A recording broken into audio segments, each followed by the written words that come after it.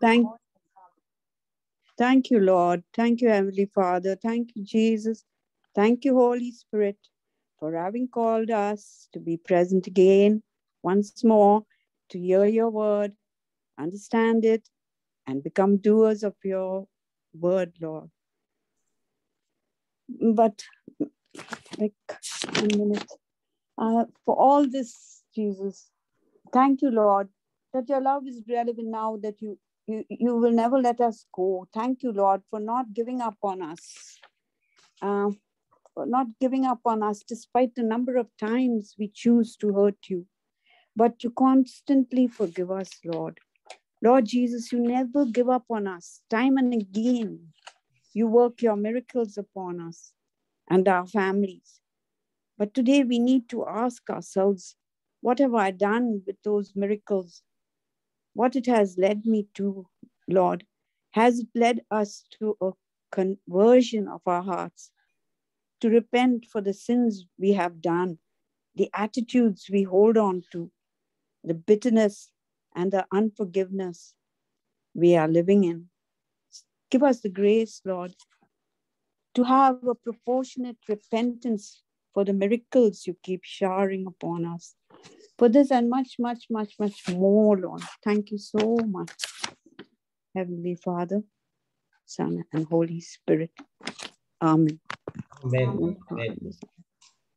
Thank you, Sister Joyce. Thank you for leading us into that very spirit of praise and worship. And my sisters and brothers, a warm welcome to each one of you. Today, we are going to reflect on the day's gospel from Matthew chapter 11, verses 20 to 24. It's a very short gospel, but I believe the Lord has a very special message for each one of us. And today's topic I've entitled, Salvation is Available for Those Who Are Still Breathing. Salvation is available for those who are still breathing. You know, my sisters and brothers, those who are in the grave right now, if they never accepted Christ, I'm sure there is no more opportunity again. But for you and me, who still got this breath, we still have breathing oxygen. There is still a lot of hope. There is still the opportunity every moment.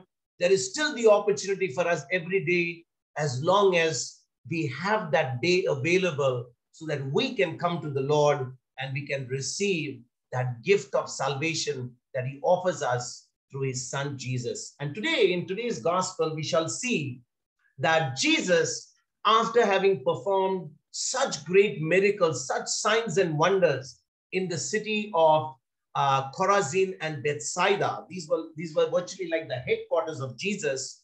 The people who saw all this, they simply did not repent. They simply did not change their hearts. They never accepted Jesus. And as a result, Jesus said that even the people of Sodom and Gomorrah, even the people of Sidon, who really were, burnt by the fire of sulfur in the old covenant, even those people will receive far more mercy.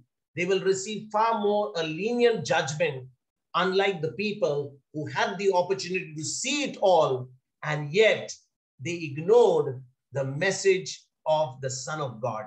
So, brothers and sisters, let us go to today's gospel from Matthew chapter 11, verses 20 to 24. And let us begin with Matthew chapter 11, verse number 20. Then he began to reproach the cities in which most of his deeds of power had been done, because they did not repent. Okay, now, my sisters and brothers, to really understand this verse, we must get to the right context in which Jesus is speaking these words. Because many a times, when you read a verse like this, you suddenly think, why is he reproaching the cities of, the cities? In fact, we'll see it in the next verse. The cities were Chorazin and they were the cities of Bethsaida. Now, why is he reproaching them? Why is he really admonishing those cities? Why is he really giving those people a real dressing down, so to say? Because they had seen the glory of God. They had seen those deeds of power of Jesus, which they had never seen before in their life, because no other prophet, no other man of God had ever come to those cities and had performed those signs and wonders which Jesus performed in the cities of Chorazin and in Bethsaida. You know, my brothers and sisters, Jesus had spent so much of his time in Capernaum that this place had literally become the headquarters of Jesus' ministry. Please understand, if somebody is doing a particular work, somebody is really, going to church every day, somebody is coming to the ministry every day, somebody is listening to the word of God every day, but this word is not really changing your life, this word is not really stirring you up to become really a disciple of Jesus, there must be something wrong.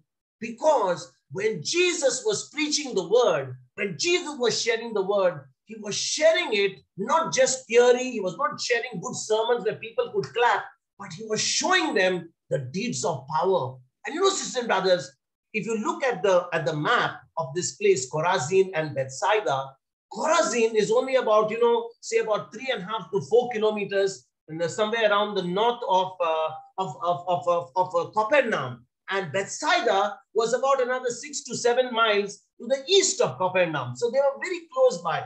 Chorazin, Bethsaida, Capernaum, they were all very close to each other. And therefore, most of Jesus's, mighty works, they were done in these areas because he had spent most of his time there.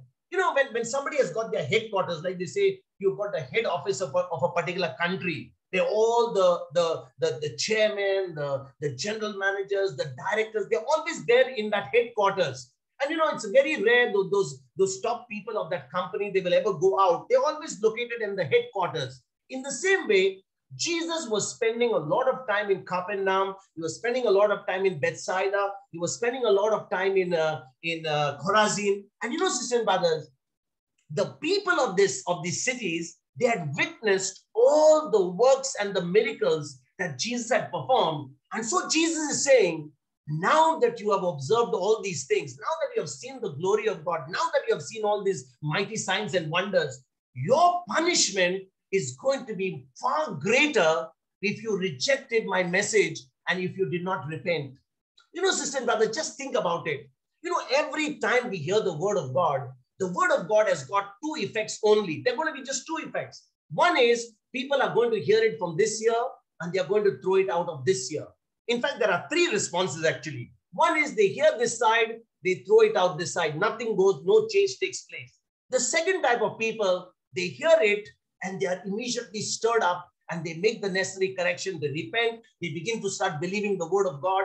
And as soon as that happens, their lives begin to change. And of course, there are the third type of people, which are the Pharisees. They will listen to the word and then they will argue, they'll start questioning the word because they don't want to believe. They don't want to actually, want to change their life. They only want to question the word. But sisters and brothers, when we ask questions with the intentions of clarifying, when we ask questions for the questions of understanding, that is exactly what Jesus encouraged, because we want to learn the word. If we never had a misunderstanding, if they had some problem in understanding, you can ask the word, but with the intention of clarification, in the intention of understanding the word. And here in Bethsaida, in Chorazin, the people had seen the glory of God. They had actually seen what Jesus had done, all the mighty signs and wonders. But the saddest part, the unfortunate part was they had still not repented. They had still not accepted the message of Jesus, and they went about as though nothing had happened. And sisters and brothers, Jesus said this very clearly. He said, these people who have seen the glory, they will be far more accountable. There'll be a greater punishment for them. I want to take you to a parable where Jesus was talking about, a servant who's left of his master's property. In Luke chapter 12, I believe. I want to take you to Luke chapter 12, verse 48 in particular, because in Luke chapter 12, what happens? The person who had been left in charge, he did not, go about doing his master's job well. He began to beat the servants. He began to do all the nasty things. And the word of God tells us in verse number 48, exactly what is going to happen to a servant who knew what his master was required of him and yet did not do those things. This is exactly what is going to happen. Let us read verse number 48. But the one who did not know and did what deserved a beating will receive a light beating. From everyone to whom much has been given, much will be required. And from the one to whom much has been entrusted, even more will be demanded. If you look at this verse, it says, the one who did not know, the one who did not know, listen to this, my sisters and brothers, the one who did not know and did what deserved the beating will receive a light beating. Remember this people of Tyre and Sidon, of Sodom and Gomorrah, they did not have the Holy Spirit in them. They had not seen the miracles of Jesus. So as a result, because they did not know, even though sin had to be curtailed for the future generation, God had to destroy those cities of the people because they had become like animals. They did not have the Holy Spirit. The devil had possessed them. So his killing those people was an act of mercy for the future generations. But the Lord says on the day of judgment, these cities that lost their life, the people of these inhabitants who lost their life, they will receive a far lighter beating, means they will have received a lesser punishment because they did not have those revelations. They did not know the word of God. They did not have the Holy Spirit in them. And so as a result, they will have a far lighter punishment. But what about those who knew? From the everyone to whom much has been given, much will be required. And from the one to whom much more has been entrusted, even more will be demanded. You know, my sisters and brothers, this verses that you read in verse number 48, it makes it clear about God's punishment according to the knowledge the person who has committed that sin. You know, sisters and brothers, when we know the word of God, when we know what the word says, and yet we disobey the word, we do what the word doesn't, we do contrary to what the word says, our punishment is going to be extremely severe. It's going to be so bad that for all eternity, we will be weeping and grinding our teeth. But what about the people who do not know? Please understand, my sisters and brothers, for the people who do not know, they are already experiencing hell here on earth. They are already experiencing hell here on earth because they don't know the word. They don't have the Holy Spirit. They are just being, they are just being ruled by their own emotion. They are being ruled by the carnal mind. They are being ruled by the devil, and they are doing all sorts of crazy things. But you and I who are born again, you and I who have accepted Christ, you and I who know the word of God, if we are doing something contrary to the word of God, even though we know, my sisters and brothers, our punishment will be far, far more severe. I want to take you again to another verse. It is in John chapter 9. And in John chapter 9, Jesus was talking to the Pharisees. John chapter 9, verse number 41. I want to show you, the Pharisees actually asked Jesus something, and they said, we are not blind. Look at what we read in John chapter 9, verse number 41. Let us read that. Jesus said to them. Let us first read verse number 40. Let's read verse number 40 and 41 together. Some of the Pharisees near him heard this and said to him, surely we are not blind, are we? Jesus said to them, if you were blind, you would not have sinned. But now that you say we see, your sin remains. The Pharisees, they told Jesus, we are not blind, we can see. So Jesus is saying, if you were blind, you would not have any sin in you. Because if you were blind, because you don't have that knowledge. But now that you say you see, your sin remains. Sisters and brothers, what is Jesus saying here? The moment you know the word of God, the moment that revelation has been given to you, but you just take it only to preach to others. What about you? When we know the truth of God's word, we only want to preach it to others. What about us? Sisters and brothers, the more we have revelation, that revelation that we receive is for me first, because my relationship with the Lord needs to get stronger. The revelation is not for me to tell you or tell the congregation. So they say, wow, what a revelation that was. Because that wow should be for me so that my relationship with the Lord becomes strong. And these Pharisees, they began to tell Jesus, we can see, we have got the revelation. We are so smart guys. And that is why Jesus said, even though you can see, even though you know all these things, but in spite of that, you are not doing what the word says. Therefore, your sin remains. In fact, my brothers and sisters, the fact is that they saw and were aware. This made the Pharisees, and the religious leaders, accountable for their sin. Please understand.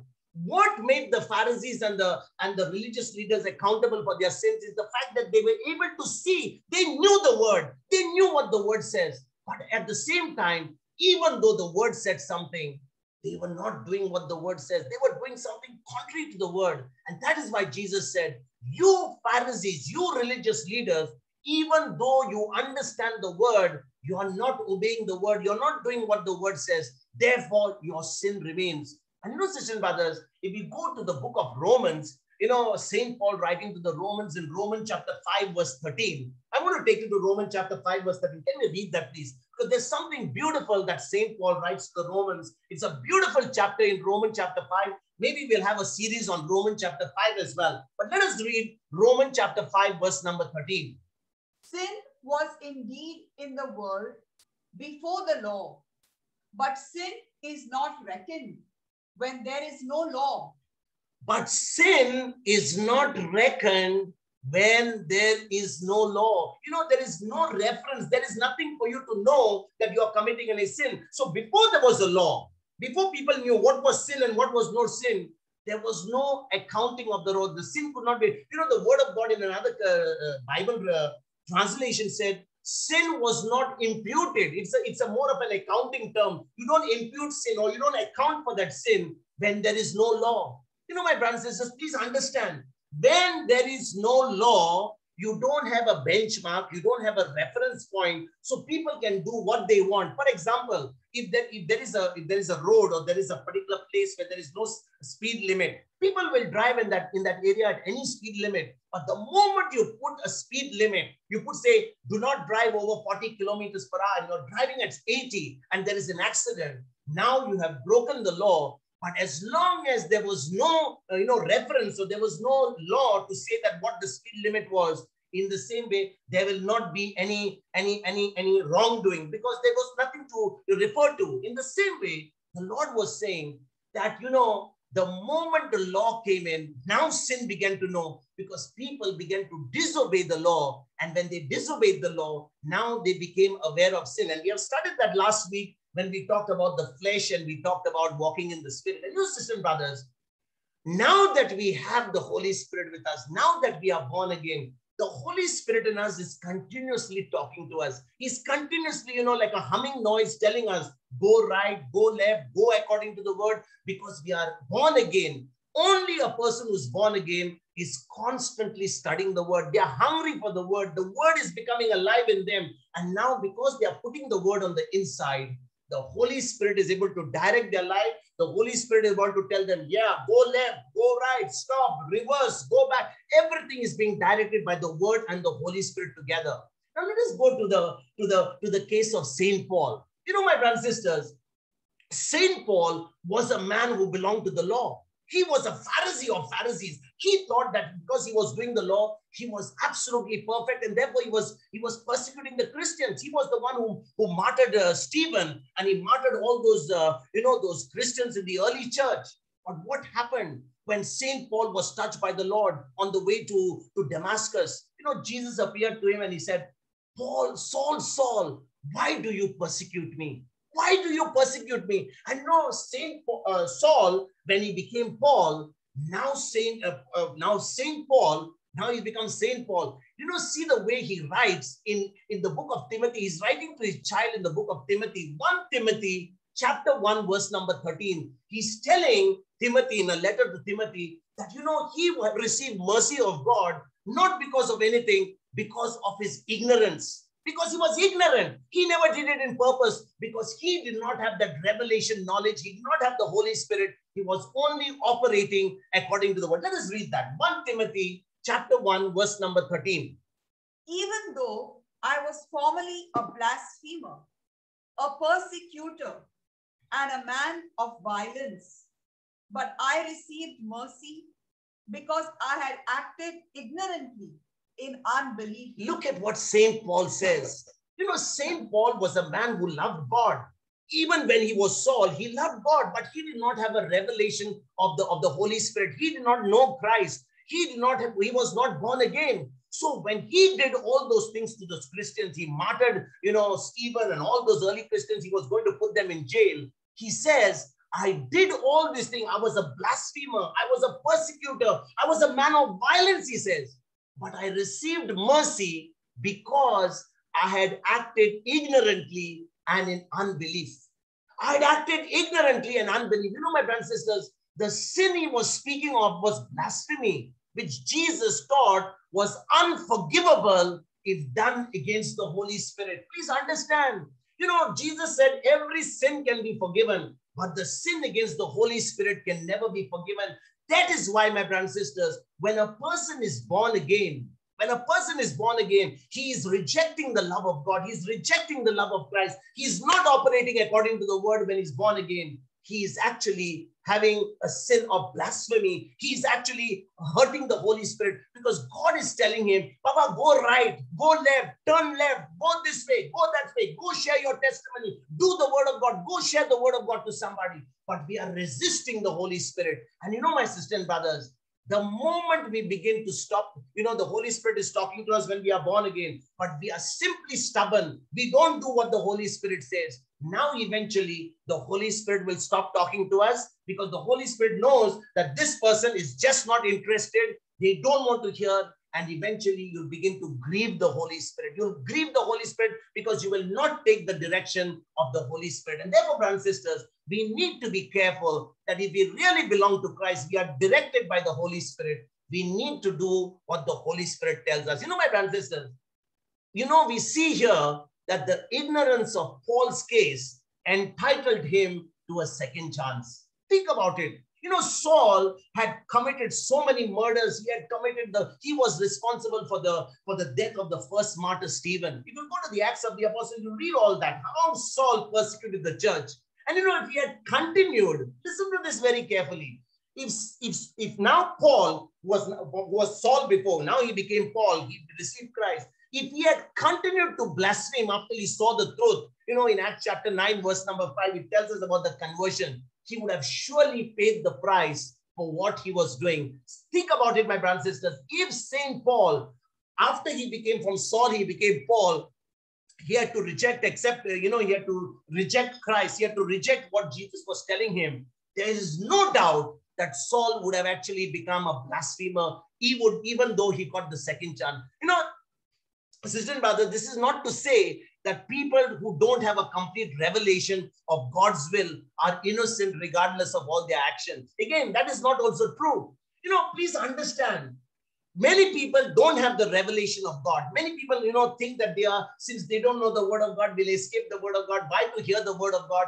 Why to hear too much of revelation of the word of God? So they will not come to the Bible class. They won't want to hear the word of God. But you know, sisters and brothers, just because they have not heard the word of God, just because they are, you know, innocent regardless of their action, they are still accountable. I want to show you what the Old Testament spoke about in Leviticus chapter 5, verse number 17. It makes clear that people were still guilty even if they sinned in ignorance. Revelation chapter 5, verse number 17. Look at that, please. It talks about that people will still be guilty even if they have the sin of ignorance. Let us read that. If any of you sin without knowing it, doing any of the things that by the Lord's commandments ought not to be done, you have incurred guilt and are subject to punishment.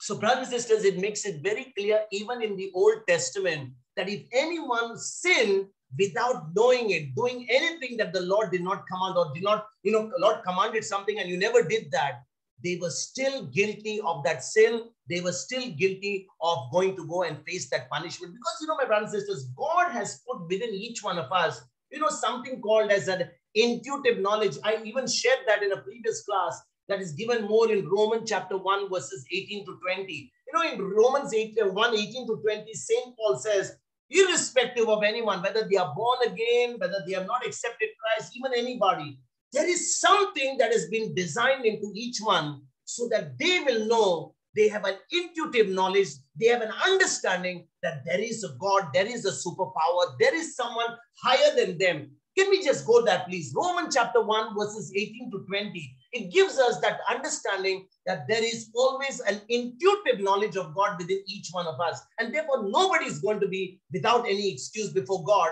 They cannot say, oh, we did not know this God was there. We did not know. God is by itself has designed us in order to seek Him. Let us read that. Romans chapter 1, verses 18 to 20. For the wrath of God is revealed from heaven against all ungodliness and wickedness of those who by their wickedness suppress the truth. For what can be known about God is plain to them, because God has shown it to them. Because God has shown it to them. Even though they have never heard the word, even if somebody is an Eskimo on the North Pole, there is an intuitive knowledge in that person, even if he has not heard the gospel, that because God has put that on the inside of them. Let us read verse number 20. Ever since the creation of the world, His eternal power and divine nature, invisible though they are, have been understood and seen through the things He has made. So they are without excuse. So they are without excuse. Everybody, he's talking about right from creation. He's not talking about since Jesus came. He's talking about right from creation. His eternal and divine nature, invisible though they are, have been understood and seen through the things He has made. People can see that this is coming from a power which is far more, which is not human. It is a supernatural power. So nobody has any excuse before God. And you know, my brothers and sisters, I want to take you a little bit further because I think the Holy Spirit wants to make us something clear about this. I want to take you to what this beautiful psalm tells us in Psalm 19, verses 1 to 4. Again, a beautiful psalm which tells us about the heaven, telling us about the glory of God. You know, it's a beautiful psalm written by David, but I want you to read Psalm 19, verses 1 to 4. Let us read that. The heavens are telling the glory of God, and the firmament proclaims His handiwork. Day to day pours forth speech, and night to night declares knowledge. There is no speech, nor are there words.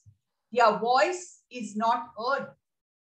Yet their voice goes out through all the earth, and their words to the ends of the end of the world. In the heavens, He has set a tent for the sun. What a beautiful psalm written by David. You know, my brothers and sisters, these verses are saying that creation has declared the glory of God and it has proved the existence of this God. You know, creation has declared the glory of God and it has proved, even creation. Remember, creation itself is not created just by human hands. Nobody can create the sun, the moon. Nobody can create a tree. Nobody can create a human being. It has been done by a supernatural power. It has been done by God. And therefore, brothers and sisters, everyone will stand before God and everyone will stand there in judgment before this God. You know, sisters, brothers, however, there will be varying degrees of punishment depending on the knowledge that person has. Please understand, everybody, depending on the knowledge they have received of the word of God, depending on that, they will be accountable to the God. So if you're receiving the word of God, you're understanding the word of God, and you're just sitting, and just hearing it from one ear, you're only being a hearer, you're not being a doer, there is going to be a judgment. There is going to be accountability. Just like for Chorazin, just like for Bethsaida, they saw the glory, they saw the miracle, they saw Jesus preaching, but they did not repent. And therefore, they were going to face the punishment of God. They were going to face the judgment of God. You know, sisters and brothers, I want to take you one last verse to explain to you that God's judgment is going to be according to His truth on the day of judgment. Romans chapter 2, verse number 2, St. Paul says that so beautifully. He says that God is going to judge those who do such things only according to His truth, according to His word. Let us read that. You say, we know that God's judgment on those who do such things is in accordance with truth. We know that God's judgment on those who do such things is in accordance with the truth. And of course, you get these things, you get it on the previous previous verse number 1. Therefore, they have no excuse. Again, we went to verse number, Romans chapter 1, 18 to 20. All that talks about, that there is an intuitive knowledge. And in spite of knowing that there is a God, they are still doing this. How much more when you and I are born again? How much more when we receive the revelations of God? How much more when we have the Holy Spirit in us? How much more when we have received all this revelation, the secrets of the kingdom, and yet we are not doing anything about it? We are simply just hearing the word and we are letting our life go as though nothing has happened in our life. Brothers and sisters, we are going to be accountable. And if we understand that there is going to be a day of judgment, there is going to be a day when we stand before the Lord. And when we just stand before him and we say, yes, Lord, we heard the preacher, we heard the teacher, we heard the priest. But Lord, you know what? When after we went there, I had a difficult husband. I had a difficult wife. Oh, I had the problems of pandemic. Oh, I had this. My sisters and brothers, at that time, there will be no excuses. There will be a judgment. And therefore, we know that God is going to judge those according to his truth. And we better understand this right now, today itself, and make the necessary correction. Let us go to Matthew chapter 11, verses 21 to 22. Matthew chapter 11, verses 21 to 20. Let's take both these verses together. Woe to you, Chorazin! Woe to you, Bethsaida! For if the deeds of power done in you had been done in Tyre and Sidon, they would have repented long ago in sackcloth and ashes. But I tell you, on the day of judgment, it will be more tolerable for Tyre and Sidon than for you. Okay. My brothers and sisters, you read this verse, it says, if the deeds of power done in you had been done in Tyre and Sidon, they would have repented long ago, sitting in sackcloth and ashes. What is the meaning of sitting in sackcloth and ashes? To understand this, you must go to the book of Jonah. In the book of Jonah, you realize that Jonah was sent by the Lord in order to go and preach to the people of Nineveh.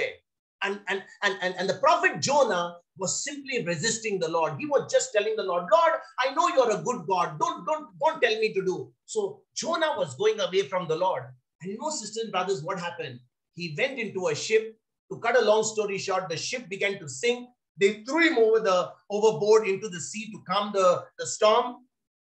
Jonah got swallowed by a big fish, which eventually he remained in for 3 days. And then on the 3rd day, God commanded the fish to spit Jonah out onto the seashore.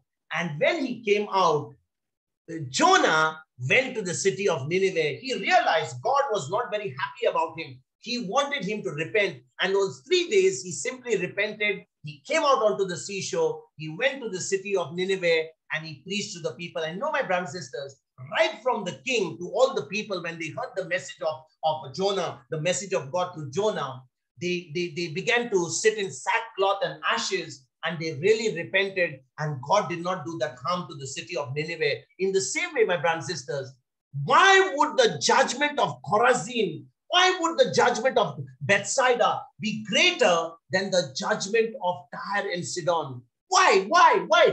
This verse is saying, if the deeds of power done in you had been done in Tyre and Sidon, they would have repented long ago in sackcloth and ashes. My sisters and brothers, as I said to you earlier, Tyre and Sidon never had Jesus' headquarters in that area. They did not have, because Jesus had still not come to the earth. Jesus was not preaching in the cities of Tyre and Sidon.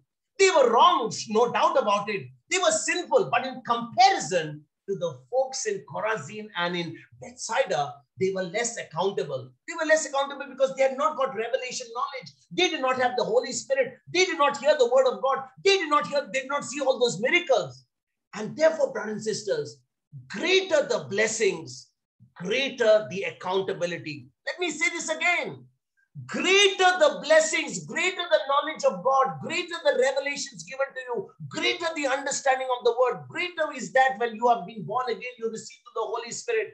There is going to be far greater accountability. My sisters and brothers, we think, oh, I'm born again. I'm sitting with my word of God and I'm renewing my mind. I'm getting good health. I'm having all my needs met. Does it mean that God saved you only to get your needs met? Did he only do it for you to live good health and you only enjoy your selfish life? God created you so that you could bear fruit in the kingdom. And brothers and sisters, greater the blessings that we receive, greater the revelation we have, greater the understanding of the word, greater is going to be the accountability for each one of us. Remember, when God called us, he never called us, to play games on this planet Earth. He never called us, to be people of this world. He never called us, to just go and have a pleasure-filled life. He never called us, to sit in our thrones and just wait for the pandemic to end. No.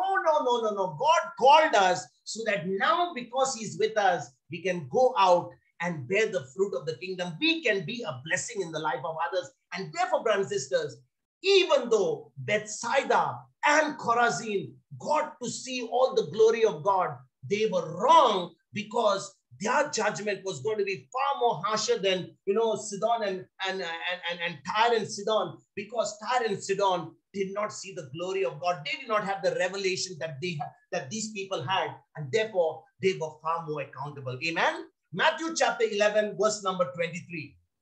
And you, Capernaum, will you be exalted to heaven? No, you will be brought down to Hades. For if the deeds of power done in you had been done in Sodom, it would have remained until this day. If the deeds of power done in you had been done in Sodom, it would have remained until this day. Sisters and brothers, to think about what Jesus is saying here, Sodom and Gomorrah were actually, God rained down the sulfur. It was totally destroyed. I will tell you later what happened. Capernaum became known as Jesus's own city. It was like the headquarters, as I mentioned to you earlier, because in Capernaum and the cities of Bethsaida, cities of Chorazin, they were all close to around Capernaum. And all these places, they were able to see the Son of God. They were able to see Jesus preaching, teaching, sharing the word of God, hearing the word of God, and performing all those miracles and signs and wonders. And when Jesus says this word, Sodom would have still remained until this day. Can you think about it? Sodom would have remained until this day because Sodom and Gomorrah were completely destroyed. Nothing can be grown in Sodom and Gomorrah because even no plant can grow there because it was destroyed by sulfur. Even the ground is destroyed. And Jesus is saying Sodom would have still been there until this day if those people had received the same revelation knowledge which these people are receiving in Bethsaida and in Chorazin. My friends, what an amazing statement of Jesus. If you think about what happened to Sodom in the book of Genesis, I believe Genesis chapter 19 verses 4 to 7. Can you read that, please? Genesis chapter 19 verses 4 to 7 tells us that Sodom was, full of homosexuals. They were so perverse. They were living like animals there. They even tried to have sex with angels. That's what it says in Genesis chapter 19, verses 4 to 7, I believe. Let's read that. But before they lay down, the men of the city, the men of Sodom, both young and old, all the people to the last man, surrounded the house, and they called to Lot, "Where are the men who came to you tonight? Bring them out to us, so that we may know them." Lot went out of the door to the men, shut the door after him, and said, "I beg you, my brothers, do not act so wickedly." Okay, go ahead. "Look, I have 2 daughters who have not known a man. Let me bring them out to you, and do to them as you please. Only do nothing to these men, for they have come under the shelter of my roof." Sisters and brothers, these 2 men were actually angels. God sent those 2 angels because they were the ones eventually who destroyed Sodom and Gomorrah. They were the ones who took Lot away. They were the ones who took Abraham away. They were the ones who were sent by God in order to destroy. But the people of Sodom, they were so wicked that they wanted to even have a physical sexual relationship with those angels, with those men. They were such terrible people. They wanted to be, there was such homosexuality. You know, my brothers and sisters, what did God do? What did God do to the city of Gomorrah? What did he do to, not to the city of Sodom? It tells us again in Genesis chapter 19, verses 24 to 25, I believe. You know, let's go further down and see what God did. God rained down fire and brimstone upon Sodom for the wickedness of those people in the land of Sodom. Let's read that. Then the Lord rained on Sodom and Gomorrah sulfur and fire from the Lord out of heaven. And he overthrew those cities and all the plain and all the inhabitants of the cities and what grew on the ground. You know, my sisters and brothers, these men, these people of Sodom and Gomorrah were literally like animals. They were like animals because they didn't have the Spirit of God. They were completely possessed by demons. And you know, they were so wicked to the core that they were behaving just like animals. You know, animals, they don't have a life partner. They don't have, a husband and wife. They will mate with anybody. A dog will go and mate with any other dog because they don't have a faithfulness to any, like a husband and wife. And they behave just like animals. And that's exactly what people who don't have the Holy Spirit do. They will have a sexual relationship with anyone on the street. Anybody comes, anything goes. They just live like animals because they don't have a Holy Spirit in them. And you know, my sisters and brothers, Jesus in his infinite knowledge, Jesus in his omnipotence, Jesus, the Son of God, said that they would have repented. These people would have repented if Jesus had been there in his physical ministry. You know, when Jesus came to the earth, by then Sodom and Gomorrah were completely destroyed. There was no way that Sodom and Gomorrah anybody could live in those places because it was deserted. But Jesus is saying in his wisdom, infinite wisdom, that even if Sodom and Gomorrah was still living there and he had gone and preached to them, those people in Sodom and Gomorrah would have repented and they would have come to the Lord and they would never have been rained by sulfur and fire from the Lord from heaven. Therefore, brothers and sisters, this particular verse of what Jesus says shows us that religion is worse than homosexuality. Religion is worse than homosexuality. Why? It hardens people's hearts more than any other sin. You know, my brothers and sisters, when Jesus preached the word of God to the people of Israel, you know what happened? There they had the Pharisees, they had the scribes, they had the religious leaders, they had the lawyers. And you know, those people, they just refused Jesus because they believed in their own religious customs. They were angry with Jesus. They wanted to do away with him, which they eventually did. But you know, sisters and brothers, they did not believe the gospel. They did not believe in what Jesus told them. They saw the miracle. They saw the glory of God. And in spite of seeing the glory of God, they operated in their carnal minds. They were born again. They couldn't be born again. But today, you and I were born again. If we are going to religion, we are going to the carnal nature instead of having a relationship with God. You know, my brothers and sisters, there is no way for people today. There is no excuse for people today.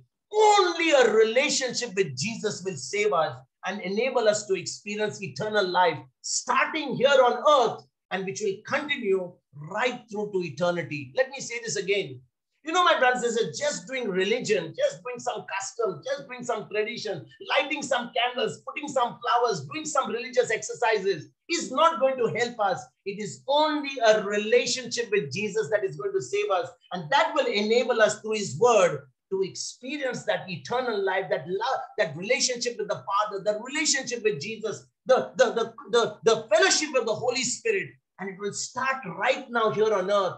And once we die in our physical body, it will continue for all eternity in a glorified body in heaven. And that's why, my brothers and sisters, it is, you know, as they say, religion is worse than even homosexuality. It hardens people's heart. That's why we must be born again. This heart must be softened up with the Holy Spirit. And only when we renew our mind and begin to live according to the word, that's the time we will live a life of intimacy with God. Amen. Let us go to our final verse for today. Matthew chapter 11, verse number 24. But I tell you that on the day of judgment, it will be more tolerable for the land of Sodom than for you. What does Jesus say? But I tell you that on the day of judgment, it will be more tolerable for the land of Sodom than for you. What is he saying? On the day of judgment, it's going to be more easier for Sodom. And remember, Sodom was raised by sulfur and fire from heaven. People were destroyed. You know, my sisters and brothers, think about it. This verse is actually a continuation of the previous verse number 23, which says that religious hypocrites are going to be dealt with more severely than the worst of sinners. Let me say this again. Religious hypocrites are going to be dealt with so severely than the worst of sinners on the day when Jesus returns. You know, sisters and brothers, Jesus told the prostitutes and sinners to stop sinning, and they were going to go and receive him as their Lord, God, and Savior.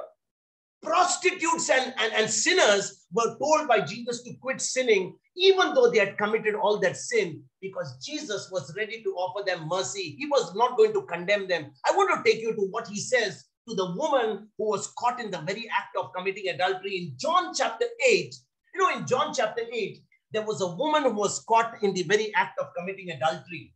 And you know what happened? Those religious leaders, those Pharisees, they brought this woman to Jesus. Look at what Jesus tells this woman in verse number 11. You know, I think it's verse number 11. You know, Jesus said, I do not condemn you any at all. You go, but sin no more. Let us read that. It's such a beautiful thing that Jesus could say to this prostitute who was brought there to be stoned to death. John chapter 8, verse number 11. She said, no one, sir. And Jesus said, neither do I condemn you. Go your way, and from now on, do not sin again. Go your way, and from now on, do not sin again. You know, my sisters and brothers, this prostitute was caught in the very act of carrying out that, that act of sinning. And yet when Jesus was to judge her, he said, I do not condemn you, but sin no more.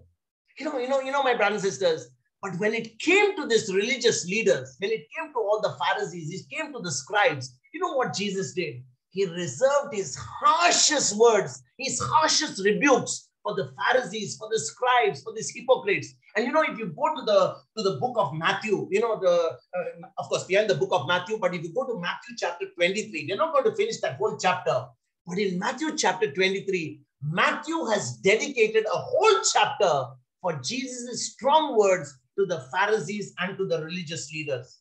You know, in Matthew chapter 23, it's the only synoptic gospels where Matthew, not even Luke, not even Mark, not even John, has dedicated one full chapter, Jesus' rebukes to the Pharisees and to the religious leaders. He simply tore into these religious leaders in Matthew chapter 23. You know, my brothers, today, we will do well if we can repent and start believing Jesus' words. You know, sisters and brothers, as we end today's reflection, we must remember grace and mercy are still available for you and for me who are still breathing. You know, as long as we are breathing, as long as we are able to hear the gospel, as long as we are able to hear the words of Jesus, we must remember that as long as the gospel is available for us to hear, the word of God is available for us to hear, let us listen to the word of God. Let us put it into practice. Let us not only be hearers of the word, because God is offering us his grace. He's offering us his mercy. And this is the day, if you have heard the message, if the word has really touched your life,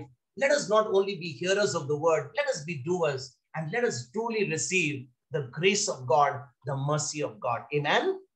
Let us pray. Consuela, let us pray. Yes.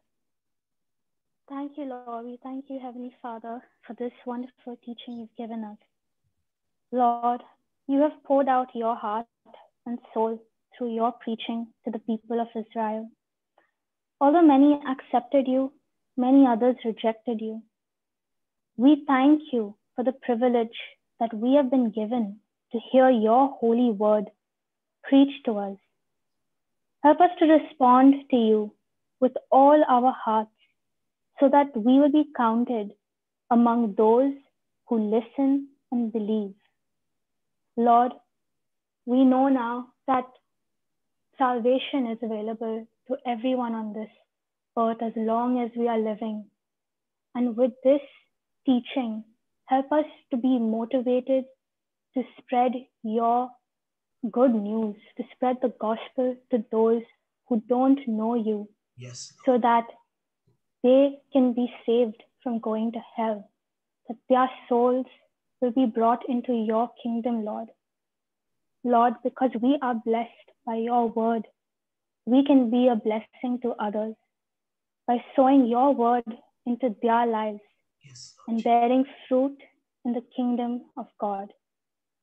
Lord Jesus, we thank you for this salvation you have given us. We are under your grace and mercy, O Lord.